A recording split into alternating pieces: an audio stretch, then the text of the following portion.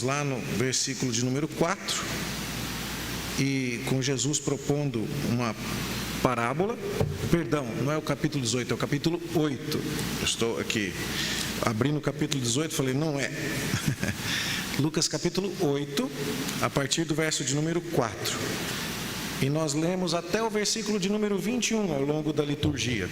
Nós não vamos ler novamente esses mesmos textos agora, mas eu gostaria de destacar com você o tema da minha mensagem, que vai passar por todas as questões abordadas por Jesus aqui nestes versículos. E eu creio que um bom resumo de tudo que está sendo dito nestas passagens vem das palavras iniciais do versículo de número 18, onde você vai ver o Senhor Jesus dizendo: vede, pois, como ouvis. Veja bem como é que você está ouvindo. Ok? Eu gostaria de tratar sobre isso nesta manhã. Você já deve ter tido algum contato com a diferença entre os verbos escutar e ouvir. Esposas sabem bem o que eu estou dizendo. Não sabe, esposa? Uma coisa é perceber com o ouvido, outra coisa é processar a informação. Tem diferença, muita. Professores sabem bem o que eu estou falando, não sabem? O aluno está olhando para você com aquela cara de coruja, os olhos não piscam, mas a cabeça, está longe. E nós somos bombardeados com muitos sons todos os dias. E nem sempre reagimos a eles da maneira como deveríamos. Alguém ilustrou essa diferença contando a seguinte história: menino, diz a mamãe, você não me ouviu direito?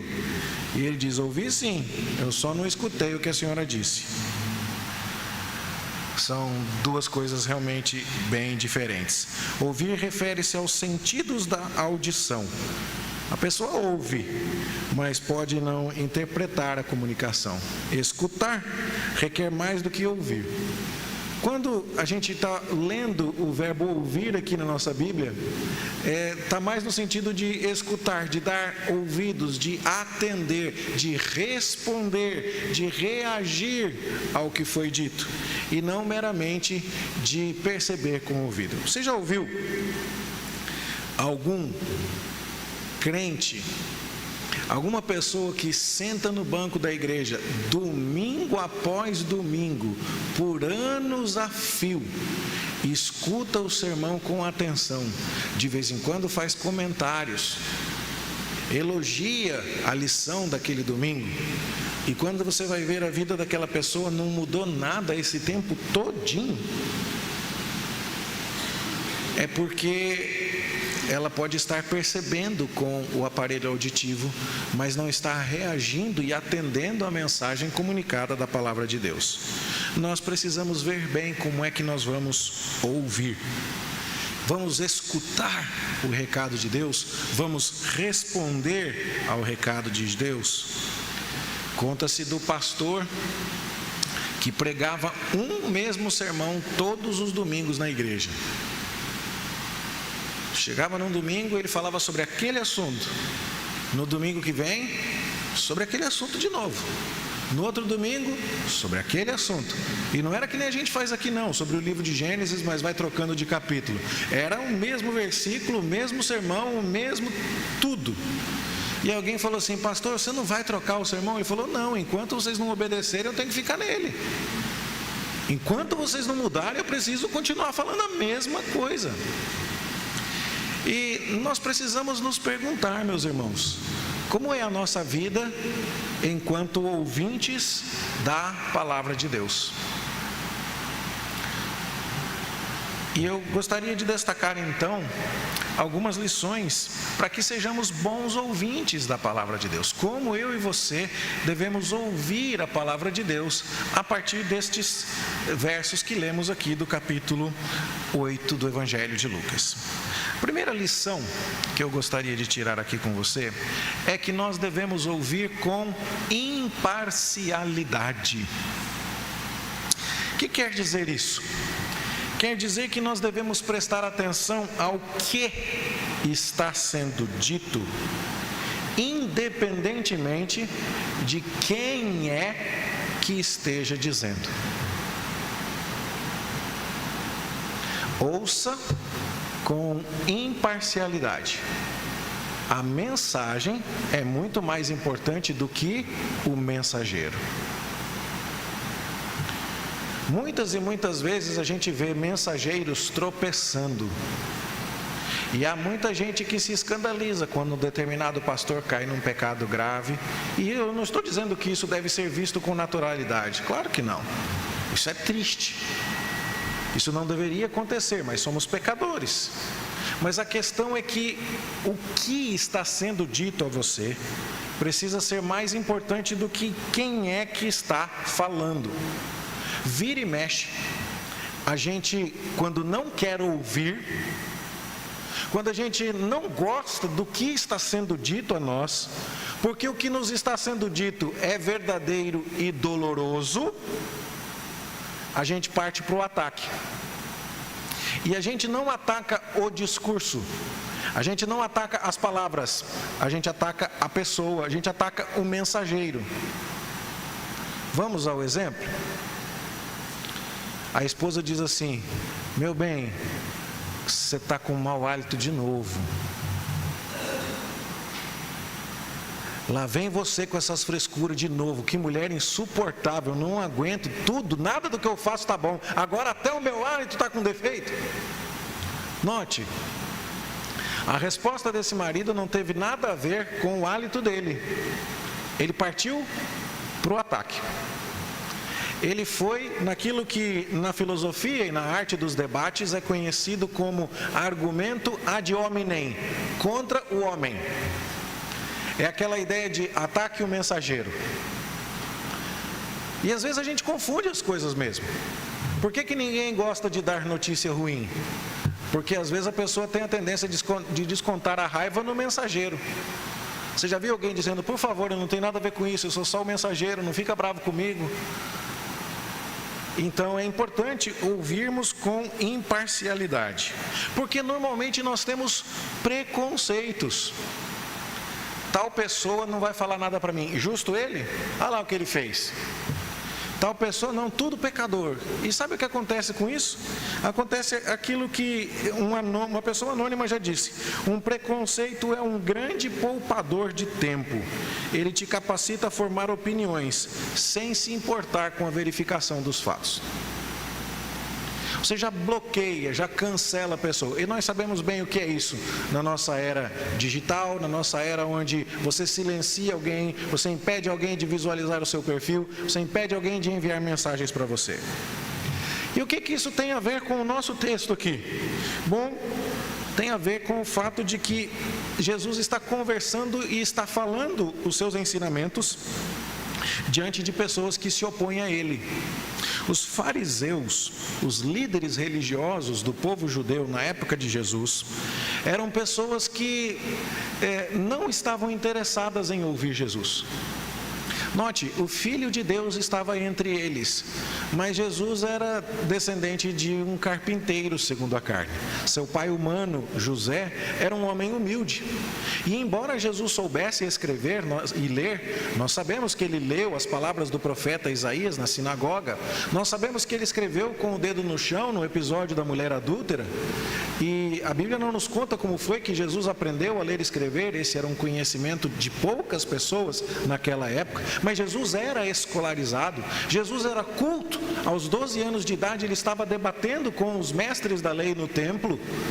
E apesar de ter toda essa escolaridade, os fariseus recusavam a mensagem de Jesus por uma uma espécie de falta de diplomas suficientes, mas também por conta de uma inveja e de um receio de que as verdades que Jesus dizia pudessem tomar deles a posição de liderança no meio do povo de Israel. É aquele mesmo problema que nós já vimos com relação aos magos que vieram do Oriente a Jerusalém, perguntando onde estava o rei dos judeus. Os sacerdotes e escribas disseram, ele vai nascer em Belém, e então os magos vão até lá, mas em vez de ficar felizes porque nasceu o rei, a cidade de Jerusalém fica agitada e fica com medo. Porque está vindo alguém aqui que vai mudar a ordem das coisas. E se a gente curtir a página desse homem, se a gente divulgar o perfil dele, se a gente compartilhar os vídeos e os áudios dele, se a gente curtir os stories dele, ele vai ficar popular e daqui a pouco nós não seremos mais as pessoas na liderança religiosa daqui de Jerusalém e de Israel. Então os fariseus têm grandes reservas para com Jesus. E apesar de Jesus falar verdades e de ele expor aquilo que Deus queria comunicar ao seu povo, os fariseus rejeitam a sua mensagem, porque antes de rejeitarem a mensagem, rejeitaram o mensageiro. E isso é curioso, meus irmãos, porque gente do mundo nos ensina a tomar cuidado com isso. Eu lido agora com gestão de pessoas, liderança de pessoas na igreja e no trabalho, e estou bastante atento a postagens que envolvam liderança empresarial, liderança corporativa. E Roberto Justus, você deve se lembrar que ele tinha um programa, de tá demitido, tá contratado, não sei o que, eu não esqueci o nome do programa, O Aprendiz. E aí ele contava ali naquele vídeo breve que eu assistia, que toda vez que ele ia demitir uma pessoa, que ele fazia questão de chamar a pessoa e dizer, não vai dar, a nossa parceria vai precisar acabar, mas eu queria que você me dissesse, o que você achou de trabalhar aqui? E que normalmente a pessoa que está saindo, ela não deve mais nada para ninguém mesmo. E ela fala, agora eu vou soltar os cachorros, eu vou falar tudo que estava entalado aqui.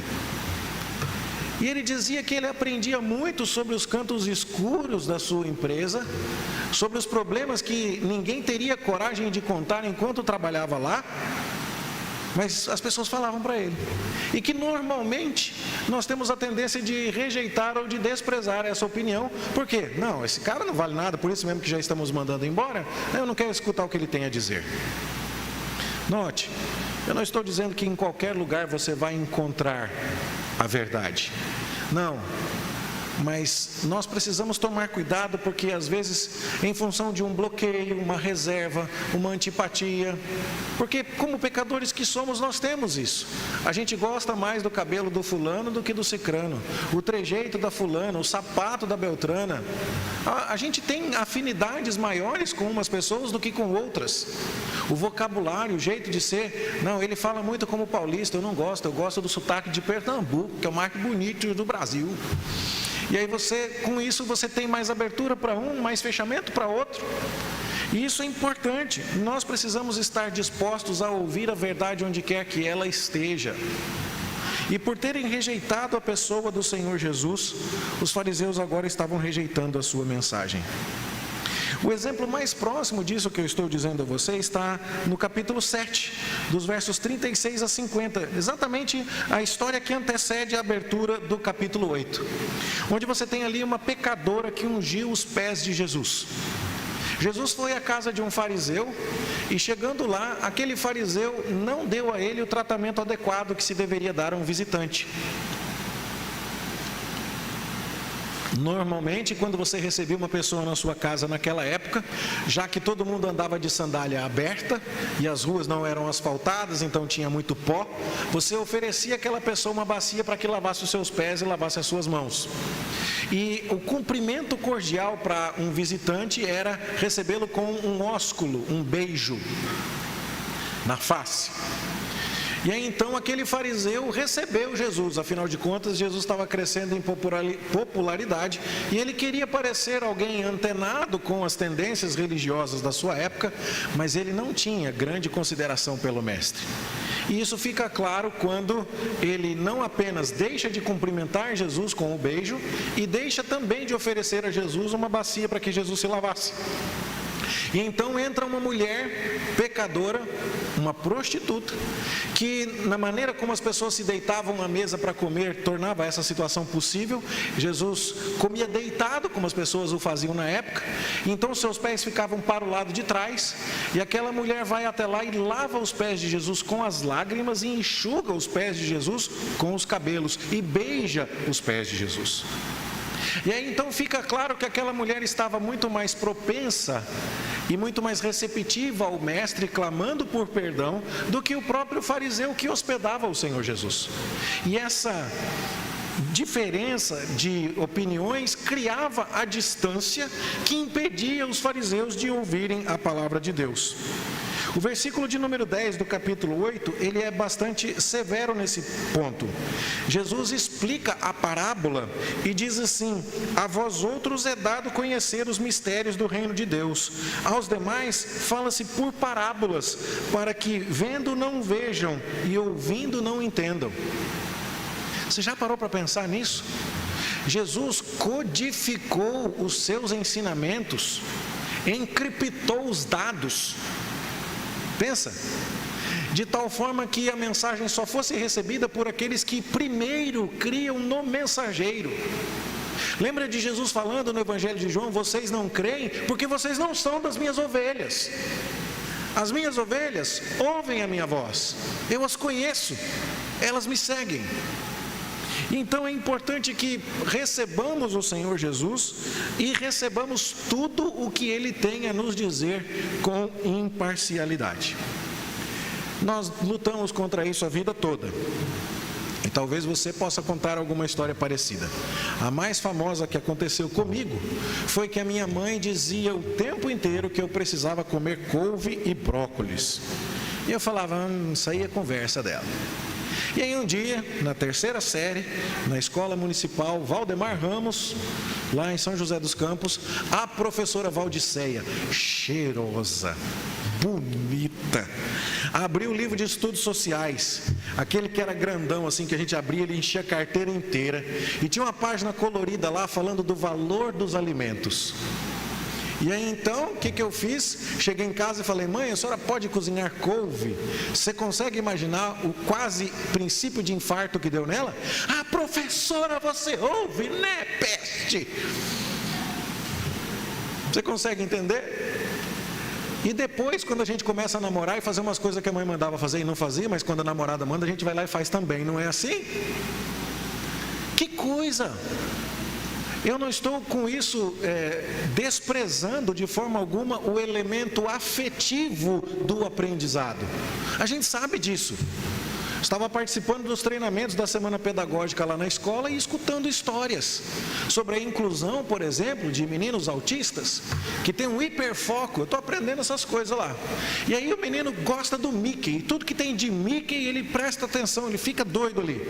A professora conversou com a mãe do aluno antes e no primeiro dia de aula foi com a camiseta do Mickey.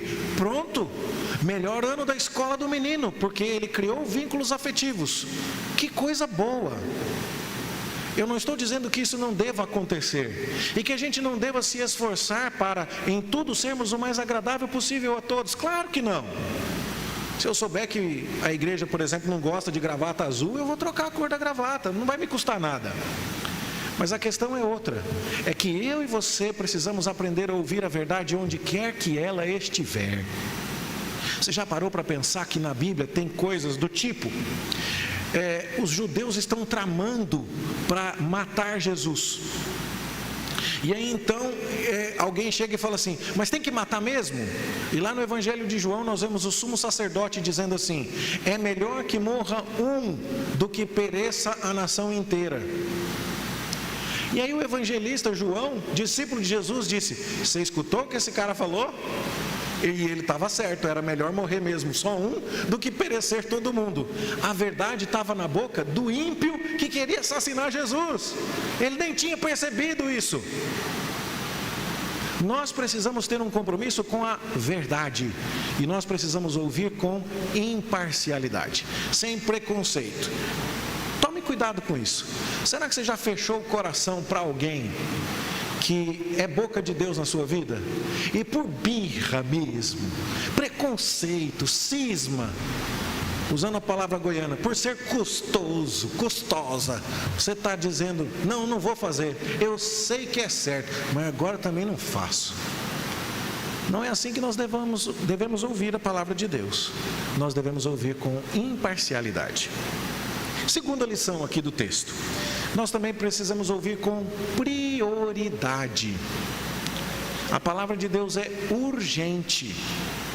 Ela é inadiável. O Senhor Jesus comenta que na parábola do semeador, o semeador saiu a semear e uma parte da palavra, das sementes da palavra, caiu à beira do caminho. E os espinhos cresceram e sufocaram a semente, de tal forma que ela não germinou. Então, nós precisamos tomar cuidado porque a resposta que temos de dar à palavra de Deus é hoje. É para hoje o assunto. Nós não podemos ficar postergando as coisas, achando que teremos tempo para mais para frente. Aí sim, depois de termos brincado um tanto, depois de termos nos distraído muito, aí então, quando chegar a hora, a gente pode se dedicar à palavra de Deus, ao serviço de Deus, a responder aos ensinamentos do Senhor. Não é assim. Eu ouvi a história quando era adolescente, não esqueci. O pastor que contou a história não lembra e não sabe dizer onde é que foi que ele achou. Eu lembrei a história mais do que ele, guardei mais do que ele. E eu perguntei a ele, pastor, o senhor contou uma história assim, onde é que o senhor encontrou? Ele falou, nem lembro a história, e aí a história se perdeu. Mas a história era de um rei europeu que descobriu uma ilha nova que não pertencia a império nenhum ainda, e chamou o seu almirante, entregou a ele uma frota de navios e falou, vai até lá, toma posse dessa ilha, em nome do nosso país, finca a nossa bandeira na praia e toma os nossos canhões e coloca lá, e esse território recém-descoberto será nosso. E então o almirante parte com uma esquadra de navios, com milhares de soldados, com canhões e vai até lá. Só que antes de desembarcar, ele resolve que vai aproveitar essa oportunidade sensacional para ampliar a sua coleção de borboletas. Então ele diz, nenhum soldado desça do navio, eu vou descer com poucos homens no bote, vou coletar espécimes raros que devem ter aqui na ilha para minha coleção de borboletas, e depois que eu voltar, depois de algum tempo, a gente toma posse da ilha. E então ele foi, e passou 3 dias, 4 dias, coletando borboletas muito diferentes, coloridas, voltou com a coleção aumentada em muito. E quando ele está chegando na praia, ele está vendo que está cheio de canhões na praia.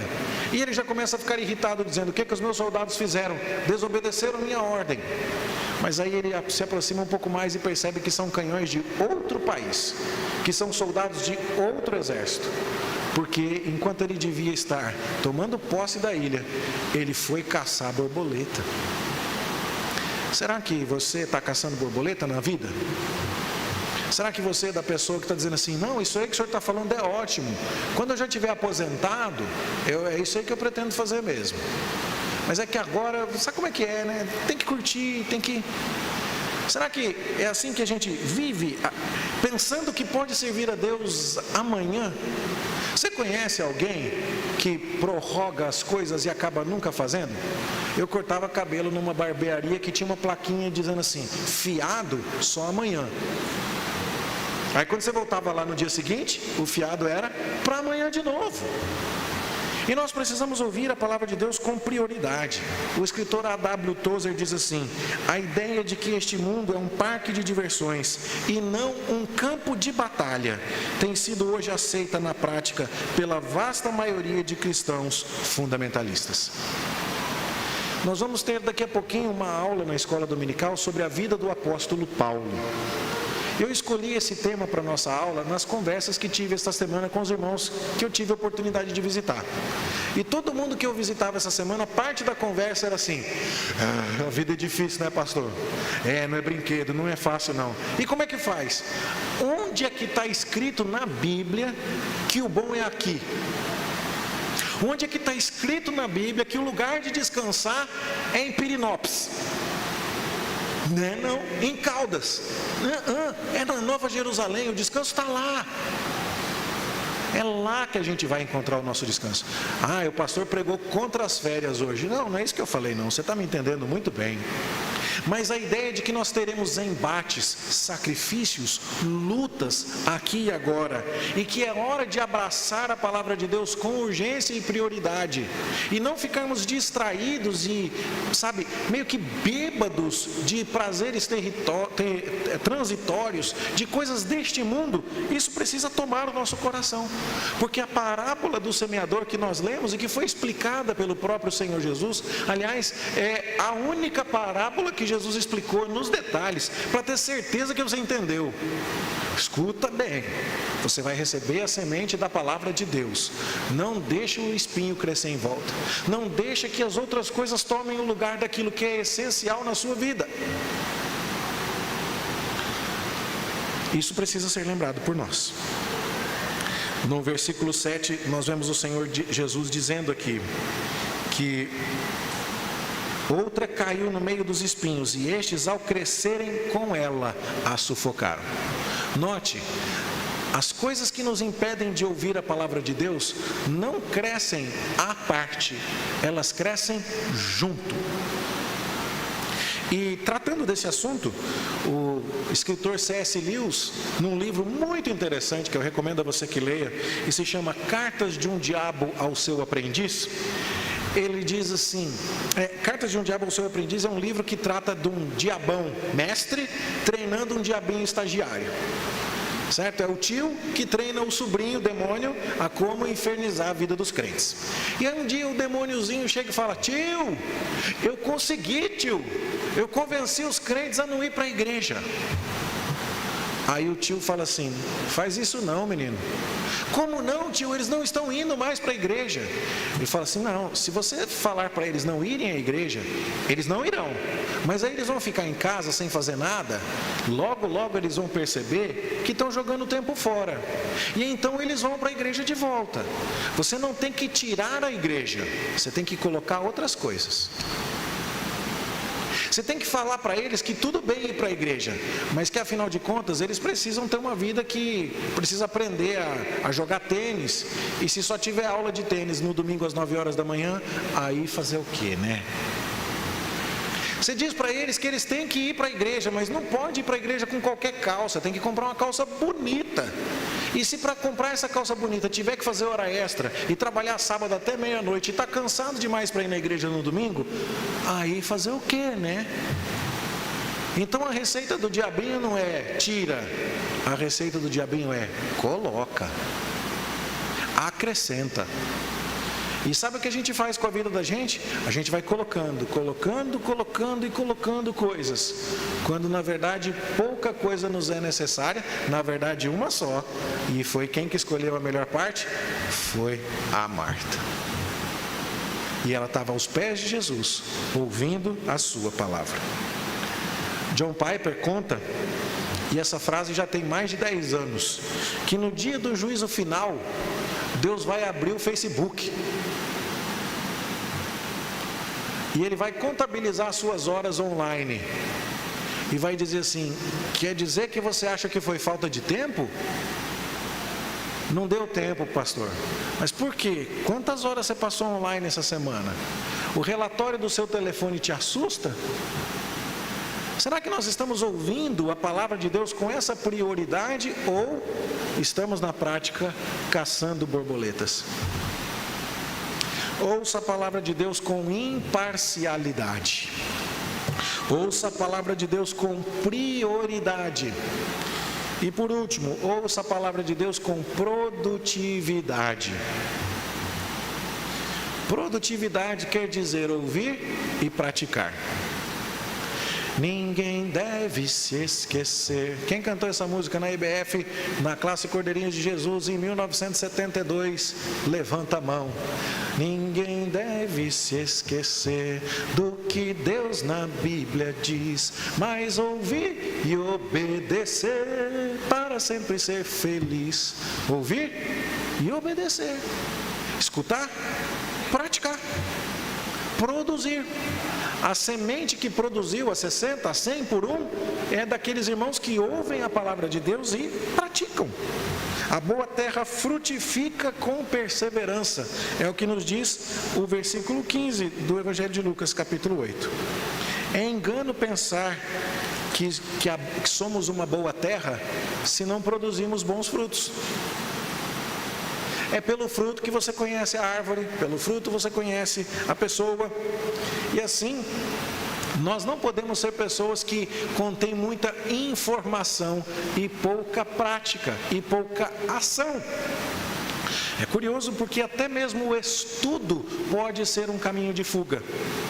Conheço gente que, tentando evitar o confronto da palavra de Deus com realidades básicas da sua vida, mergulhou no estudo. E eu não estou dizendo que estudar doutrina seja ruim, que estudar os grandes filósofos reformados e tal seja problema, nada disso. Mas tem gente que se esconde até mesmo no estudo. Estuda e não pratica nunca.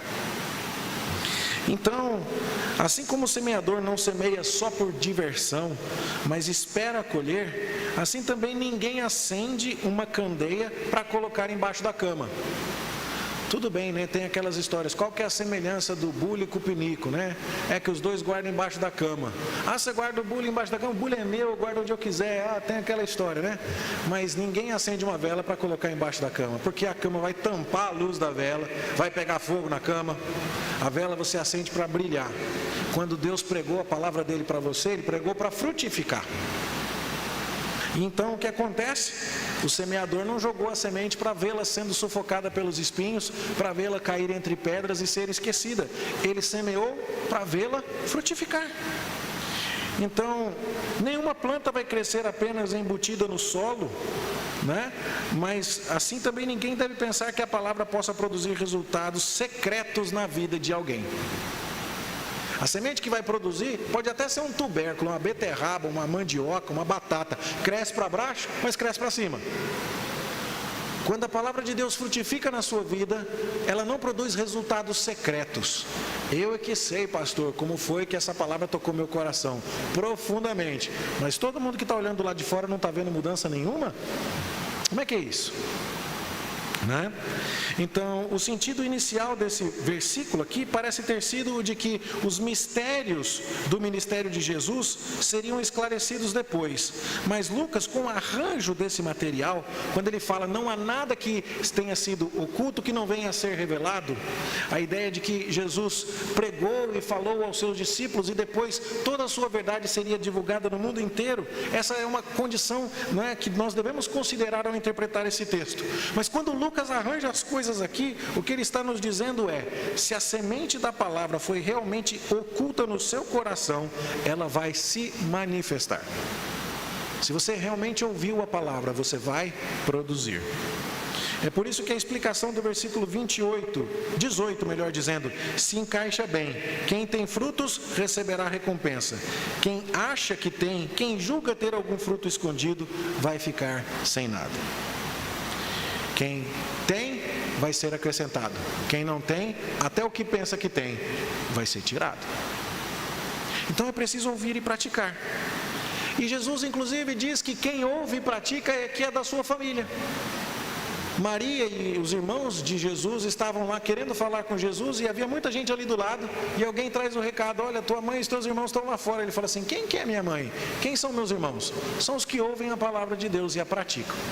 Esse versículo costuma ser equivocadamente interpretado por aqueles que afirmam que Maria morreu virgem, sem ter outros filhos, como se os irmãos lá mencionados em Mateus 13:55, filhos de José com Maria, Tiago, José, Simão e Judas, fossem irmãos, ou os primos, né, de Jesus, filhos da irmã de Maria, ou as pessoas que se achegam a Jesus por laços espirituais.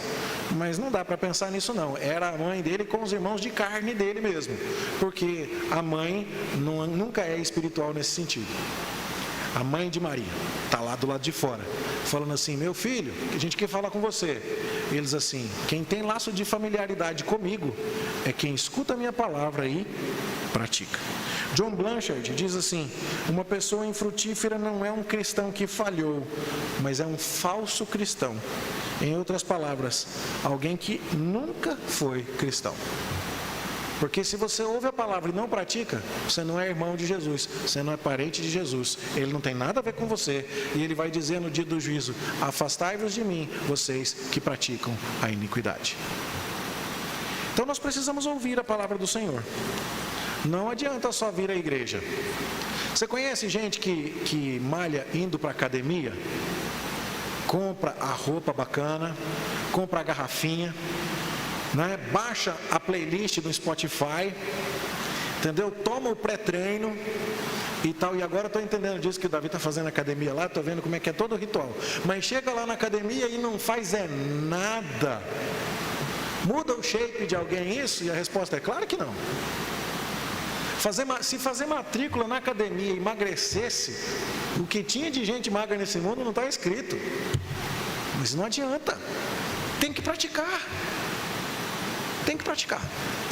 Então, meus irmãos, esta é a palavra de Deus para nós nesta manhã. Será que tem alguém que está falando alguma verdade para você? E por conta de algum bloqueio, alguma reserva, algum preconceito, alguma parcialidade, você deixou de escutar? Cuidado. Pode ser um familiar, um cônjuge, um pai, um filho, um professor. Se for verdadeiro, desista, derrube essa barreira e acate. Ouça com imparcialidade. Tinha gente bloqueando e cancelando Jesus e deixou de praticar a verdade. Ouça com prioridade. Você está ouvindo, concordando, balançando a cabeça e deixando para amanhã? Resolva isso e comece a praticar hoje mesmo. Ouça com produtividade.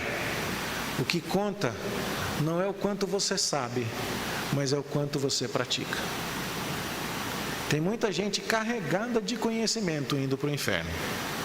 E tem muita gente simples, humilde, que conhece tão pouco, mas que tem uma vida tão bonita e que glorifica Jesus de uma maneira tão bonita, e nós precisamos prestar atenção a isso. Que o Senhor tenha misericórdia de nós e nos ajude a vivenciar isso na nossa vida diária para a sua glória, em nome de Jesus.